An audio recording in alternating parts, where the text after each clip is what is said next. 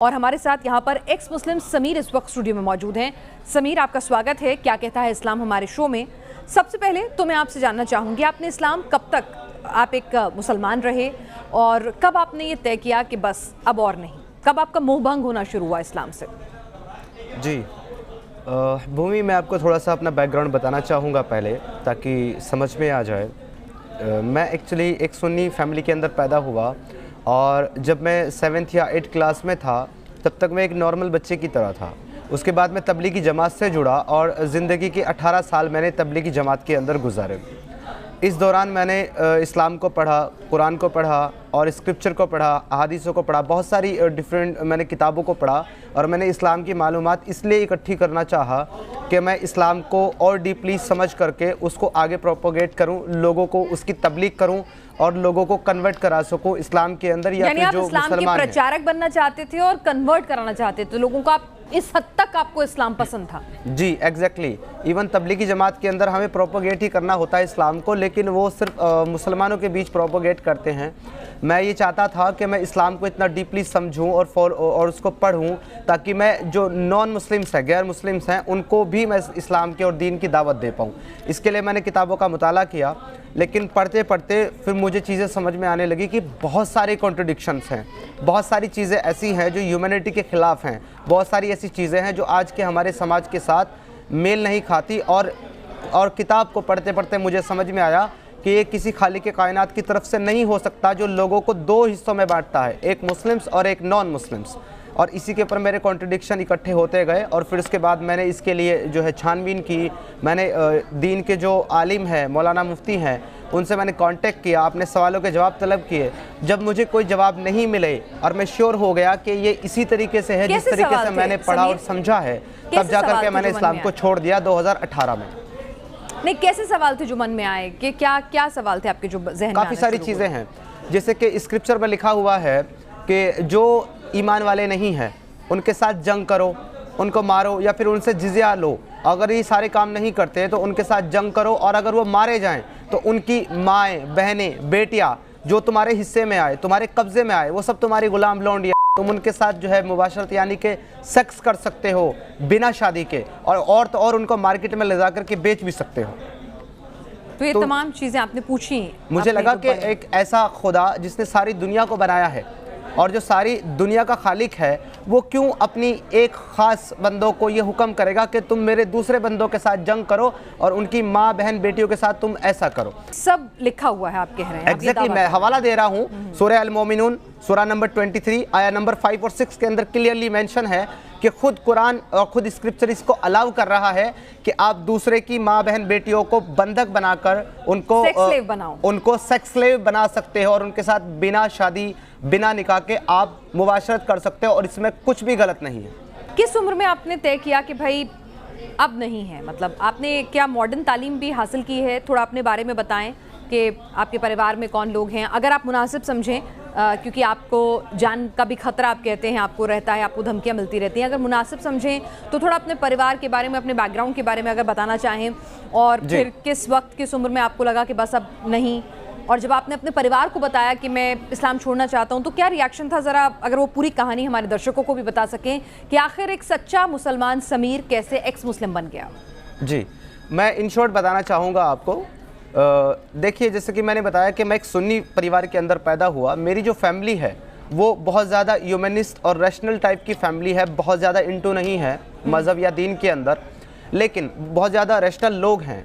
मेरी फैमिली ने कभी मुझे फोर्स नहीं किया दीन को ज़्यादा फॉलो करने के लिए, ये सब करने के लिए। मेरी अपनी खुशी से मैं तबलीगी जमात में, हाँ स्टार्ट में मुझे इन्फ्लुएंस किया गया तबलीगी जमात के द्वारा कि मैं जाऊँ, उससे जुड़ूँ, और जब मैं जुड़ा तो मैंने अपनी खुशी से मैं दीन के अंदर इंटू हुआ और इतना ज़्यादा इंटू हुआ कि मैं अपने घर वालों को परेशान करता था कि आप टीवी नहीं देख सकते, आप बिना दुपट्टा आप घर में भी नहीं रह सकते, आप दरवाजे पे नहीं जा सकते। घर की जो वूमन थी मैं उनको परेशान करता था, घर की चीज़ें तोड़ देना, टीवी तोड़ देना, कोई मोबाइल में मूवी देख रहा है, गाना सुन रहा है, उसको तोड़ देना। इतना ज़्यादा एक नेक्स्ट लेवल का मैं मोमिन था कि मेरे सामने कोई मूवी नहीं देख सकता, टीवी नहीं चला सकता, रेडियो नहीं सुन सकता, गाने नहीं सुन सकता।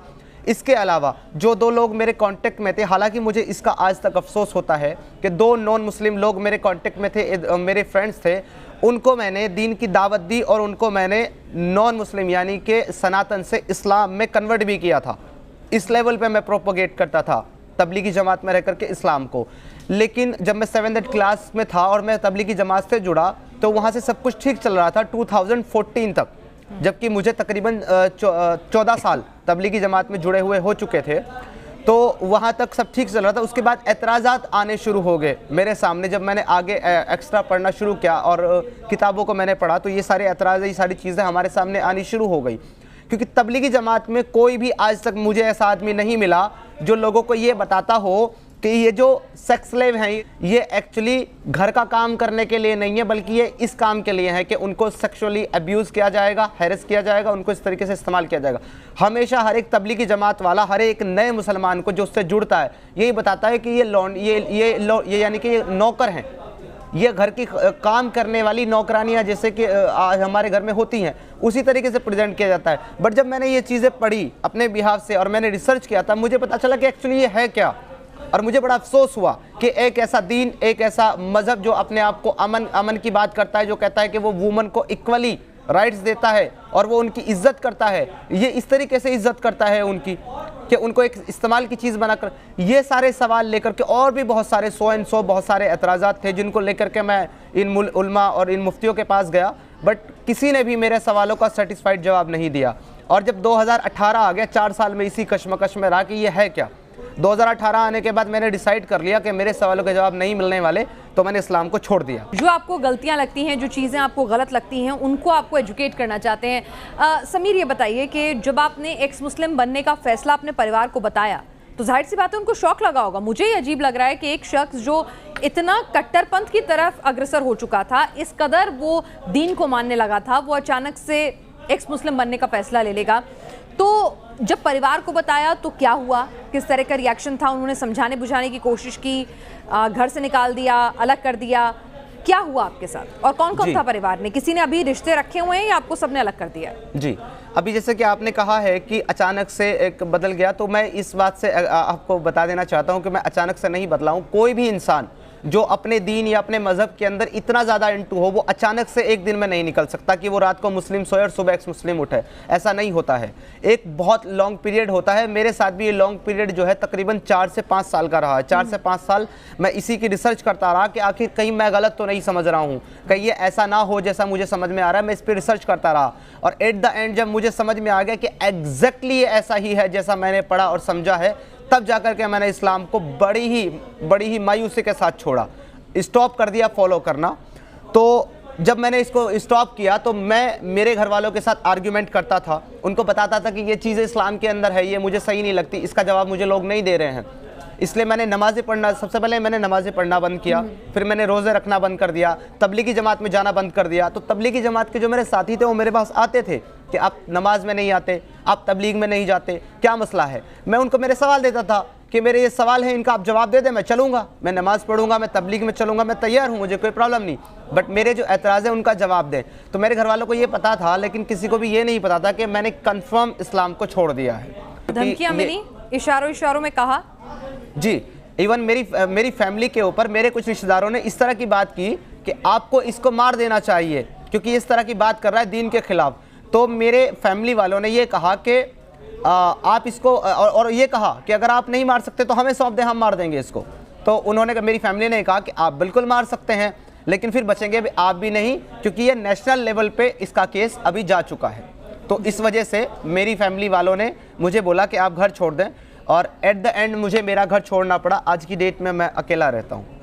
سمیر، کبھی لگتا ہے کہ بہت بڑی قیمت چکانی پڑی، اپنے ماں باپ بھائی بہن سب رشتے ناتے چھوڑنے پڑ گئے اسلام چھوڑتے کے ساتھ ہی؟ دیکھیے بھومی میم، زندگی میں اگر آپ کچھ ایسا کام کرتے ہو جو کہ ایک بہت بڑی میجورٹی کے خلاف ہوتا ہے تو آپ کو ڈیفینیٹلی سیکریفائز کرنے پڑتے ہیں. اور یہ اتہاس گواہ ہے اس چیز کے لیے کہ جب لوگوں نے ایک غلط چیز کے خلاف آواز اٹھائی ہے یا سچ کا ساتھ دیا ہے تو ان کو شروع میں بہت زیادہ پریشانی ہوئی ہے. लेकिन सच प्रताड़ित तो किया जा सकता है पर पराजित नहीं किया जा सकता। समीर, कई लोग ये भी कहते हैं कि आप जो हैं आपने कहीं ना कहीं कुछ लोग कहते हैं कि जो ये एक्स मुस्लिम का कॉन्सेप्ट है ना, ये इस्लाम को बदनाम करने का प्रोपेगेंडा है, इस्लाम को ख़राब साबित करने का प्रोपेगेंडा है, और आप लोगों को बाकायदा फंडिंग होती है, लोग आपको सपोर्ट करते हैं, ऑर्गेनाइजेशन है, अमेरिका से लेके जर्मनी, रूस, सब जगह ऑर्गेनाइजेशंस हैं और ये पूरा नेटवर्क काम कर रहा है। आरोप भी लगते हैं। लोग कुछ भी सोच सकते हैं, कुछ भी कह सकते हैं, पर मैं नहीं समझता कि एक इतना इंटू इस मुस्लिम जो दीन के अंदर इतना इंटू हो कि वो दूसरे लोगों को इस्लाम में कन्वर्ट करा रहा हो, वो सिर्फ पैसे के लिए या दुनिया की किसी भी चीज़ के लिए इस्लाम को छोड़ सकता है या इस तरीके का एजेंडा चला सकता है।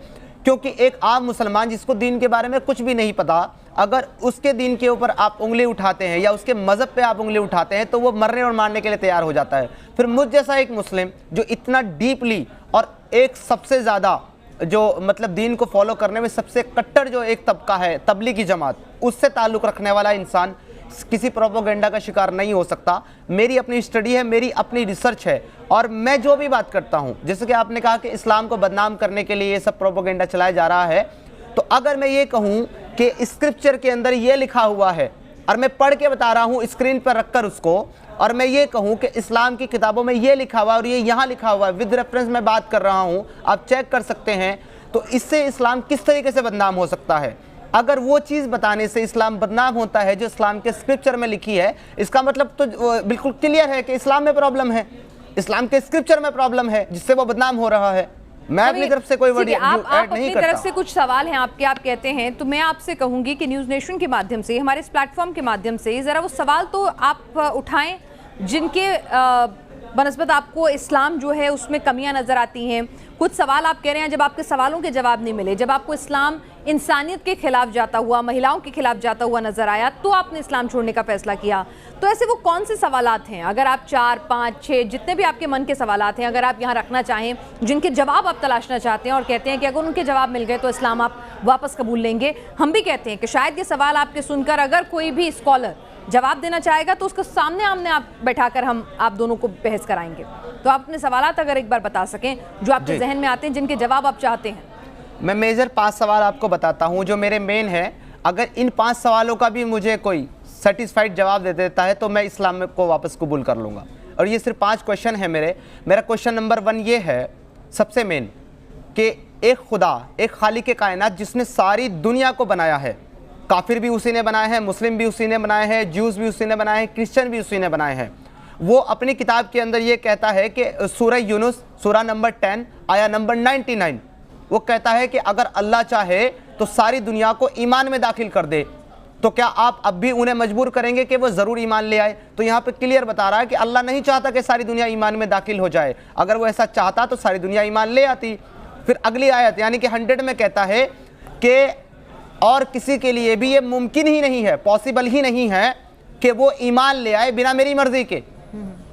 और हम लोगों के दिलों के ऊपर जो है मलामत डाल देते हैं, यानी गंदगी डाल देते हैं। तो यहाँ पे खुदा जो इतनी ताकत रखता है कि सारी दुनिया को एक उम्मत बना दे, यानी कि सबको मुसलमान बना दे, वो नहीं बनाता, तो वो फिर किस तरीके से अपनी मुस्लिम कौम को ये हुक्म देगा कि तुम लोगों के साथ जंग करो जब तक वो इस्लाम कबूल ना कर लें? ये अपने आप में कॉन्ट्रडिक्शन नहीं लगता आपको? तो ये कुरान के अंदर, मेरा पहला सवाल ये है कि कुरान के अंदर इतना कॉन्ट्रडिक्शन क्यों है? एक जगह कहता है कि लकुम दीनुकुम वलिया दीन, कि तुम अपने दीन पर, मैं अपने दीन पर। दूसरी जगह कहता है इन्नल्लाह दीनुल इस्लाम, यानी कि सिर्फ इस्लाम ही दीन है। तो अब कहा जाएगा जो अपने दीन पर है उसका भी दीन इस्लाम, जो मेरे दीन पर है उसका भी दीन इस्लाम, तो दोनों का आना वही है, कॉन्ट्रडिक्शन अगेन। ठीक है, दूसरा सवाल। नंबर 2 सवाल मेरा ये है कि जो हमारे मुस्लिम भाई मानते हैं कि हज़रत मोहम्मद मुस्तफ़ा साहब जो है अल्लाह के रसूल हैं, कुरान स्क्रिप्चर पूरी किताब के अंदर 6336 आयतों के अंदर कहीं भी क्लियरली ये नहीं कहता कि मोहम्मद अल्लाह के रसूल हैं जिन पर कुरान नाजिल किया गया। पूरी किताब में कहीं नहीं कहता, लेकिन लोगों का ईमान है, लोगों का यकीन है। अब ये ईमान और ये यकीन कहाँ से है जब आप साबित नहीं कर सकते कि मोहम्मद अल्लाह के रसूल हैं? अगर कोई ये साबित कर दे मुझे स्क्रिप्चर से कि मोहम्मद अल्लाह के रसूल हैं तो मैं इस्लाम कबूल कर लूँगा। तो मेरा क्वेश्चन नंबर 3 ये है कि जब आप ये कहते हैं कि इस्लाम के अंदर वुमेन्स को عورتوں کو برابری کا حصہ دیا جاتا ہے, ان کو عزت دی جاتی ہے, ان کے پیروں کے نیچے جنت ہے, ایسا بتایا جاتا ہے, تو وہی قرآن یہ کیوں کہتا ہے, اور وہی کتاب وہی اسلام یہ کیوں کہتا ہے کہ محمد صاحب نے کہا کہ میں نے سب سے زیادہ جہنم میں عورتوں کو دیکھا, اور اس لیے جہنم میں جائیں گی کیونکہ یہ کم عقل ہیں, ان کے اندر آدھا دماغ ہے, اور ان کو پیریڈز آتے ہیں, منتھلی, اس لیے جہنم میں جائیں گی. تو جو چیز خود ان کو خدا نے دی ہے, جو اللہ نے دی ہے ان کو چیزیں, وہ اس کی وجہ سے جہنم میں ڈال دی جائیں گی. تو اتنا زیادہ جو ہے ان کو دباتا کیوں ہے اسلام؟ ان کو کہتا ہے کہ عورتوں کی عقل آدھی, عورتوں کا جائیداد میں حصہ آدھا, عورتوں کو امیر نہ بناؤ. جس کنٹری, جس ملک اور جس جگہ کی بادشاہ رولر ایک وومن ہوگی وہ تباہ اور برباد ہو جائے گا. یہ ساری باتیں آپ کو اسکرپچر کے اندر ملے گی, اور پھر کہتے ہیں کہ ہم نے وومن کو برابر کا حصہ دیا ہے اور اس کو عزت دی ہے. کوشچن نمبر 4 میرا, اور یہ بہت امپورٹنٹ کوشچن ہے جو میں رکھ رہا ہوں. میرا کوشچن نمبر 4 یہ ہے کہ قرآن کے اندر, پوری کتاب کے اندر, جبکہ یہ کلیم کیا جاتا ہے کہ قرآن جو ہے وہ خدا کا کلام ہے, اس کی کتاب ہے, اس کی بات ہے, پوری قرآن کے اندر اللہ کہیں بھی فرسٹ پرسن تو چھوڑیے, سیکنڈ پرسن بھی نہیں ہے, بلکہ تھرڈ پرسن ہے. وہ کہتا ہے الحمدللہ رب العالمین, یعنی کہ تمام تعریف صرف اللہ کے لیے ہے. جب اللہ ہی کا کلام ہے, وہی کلام کر رہا ہے, تو یہ کون سے اللہ کی بات کر رہا ہے وہ, کہ سب تعریف اس کے لیے ہے. اور وہ آگے کہتا ہے الحمدللہ رب العالمین الرحمن الرحیم مالک یوم الدین ایاک نعبد و ایاک نستعین, یعنی کہ تو مجھے سیدھے راستے پر چلا, ان کے راستے پر جن کو تو نے کامیاب کیا, نہ کہ ان کے راستے پر جن کو تو نے برباد کیا یا گمراہ کیا. یہ کون سا اللہ ہے جو خود دوسرے اللہ سے دعا کر رہا ہے کہ تو مجھے سیدھے راستے پر چلا؟ تو یہاں پر اللہ تھرڈ پرسن ہے. اللہ لا الہ الا هو الحی القیوم, کہ اللہ کے سوا کوئی معبود نہیں ہے. اب یہ کون سا خدا ہے جو خود اپنی بات کر رہا ہے اپنی ہی کتاب کے اندر؟ پوری کتاب کے اندر اللہ تھرڈ پرسن ہے, فرسٹ بھی نہیں, سیکنڈ بھی نہیں. پانچواں میرا یہ ہے, اگر کوئی یہ ثابت کر دے کہ اللہ فرسٹ پرسن ہے تو بھی میں, ہاں, صرف 4 آیتیں قرآن کے اندر ایسی ہیں جن میں فرسٹ پرسن کی طرح بات کرتا ہے, اور وہ بھی ہمارے لیے نہیں ہے, پرانا ایک قصہ ہے اس کے بارے میں بتا رہا ہے کہ ہم نے ان سے یہ بات کی. ٹھیک ہے, تو میرا 5واں کوشچن سب سے مین, کہ ایک خدا نے جب دنیا کے اندر ہم سب کو ایک امتحان کے طور پہ بھیجا ہے, ہمارا ٹیسٹ لے رہا ہے وہ, کہ کون میرا اچھا بندہ ہے, کون میری بات نہیں مانتا, شیطان کو فالو کرے گا تو جو میری پیروی کرے گا, مجھے مانے گا, میں اس کو جنت میں ڈال دوں گا, اور جو شیطان کو مانے گا اس کو میں جہنم میں ڈال دوں گا. وہ اللہ جو آل نوئنگ ہے, جس کو سب پتہ ہے, دنیا کے بننے سے پہلے بھی اور دنیا کے ختم ہونے کے بعد بھی, اس کو ٹیسٹ لینے کی ضرورت کیا ہے؟ وہ تو سب کچھ جانتا ہے, وہ کیوں ٹیسٹ لینا چاہتا ہے؟ اور ٹیسٹ بھی لینا چاہتا ہے تو کس چیز کے لیے؟ اچھائی اور برائی کے لیے, جو خود اس نے انسان کے اندر ڈالی ہے. وہ ایک انسان کا ٹیسٹ لیتا ہے اس کو برائی کی صلاحیت دے کر کے. اب اس کے ٹیسٹ میں اگر وہ انسان اس برائی کا استعمال کر کے ایک معصوم 4, 5 یا 6 سال کی بچی کا ریپ کرتا ہے اور اسے مار ڈالتا ہے, تو اس کا تو ٹیسٹ ہو گیا کہ وہ برا انسان ہے, اس نے شیطان کو فالو کیا تو یہ جہنم جائے گا. لیکن اس ٹیسٹ میں اس بچی نے جو اپنی تکلیفیں اٹھائی ہیں, اس کی جو جان گئی ہے, اس کا ذمہ دار کون؟ اللہ اس انسان کو برائی کی صلاحیت دے کر ٹیسٹ لینے کے لیے اس بچی کو مہرا بناتا ہے. یہ میرا سوال ہے کہ جب خدا آل نوئنگ ہے, سب کچھ جانتا ہے, تو اس کو ٹیسٹ لینے کی ضرورت کیا ہے؟ ٹھیک ہے, تو یہ ایکس مسلم سمیر کے سوال ہیں جو وہ کہتے ہیں اسلام کا جو بھی اسکالر ان سوالوں کے جواب سے انہیں سنتشٹ کر پائے گا وہ ایکس مسلم سے پھر سے مسلم بن جائیں گے. تو ایکس مسلم سمیر کی کہانی ہم نے ان کی زبانی سنی کہ آخر وہ شخص جو دوسروں کا دھرم پریورتن کراتا تھا, جو شخص جماعت کے ساتھ جڑا ہوا تھا, ایسی کون سی وجہ تھی کہ اس نے پریوار چھوڑا, اسلام چھوڑا, اپنے رشتے تک قربان کر دیے, لیکن اسلام چھوڑنا ہی انہیں مناسب لگا. سمیر کی کہانی, سمیر کی زبانی ایکس مسلم آپ نے سنی. آج کے لیے بس اتنا ہی.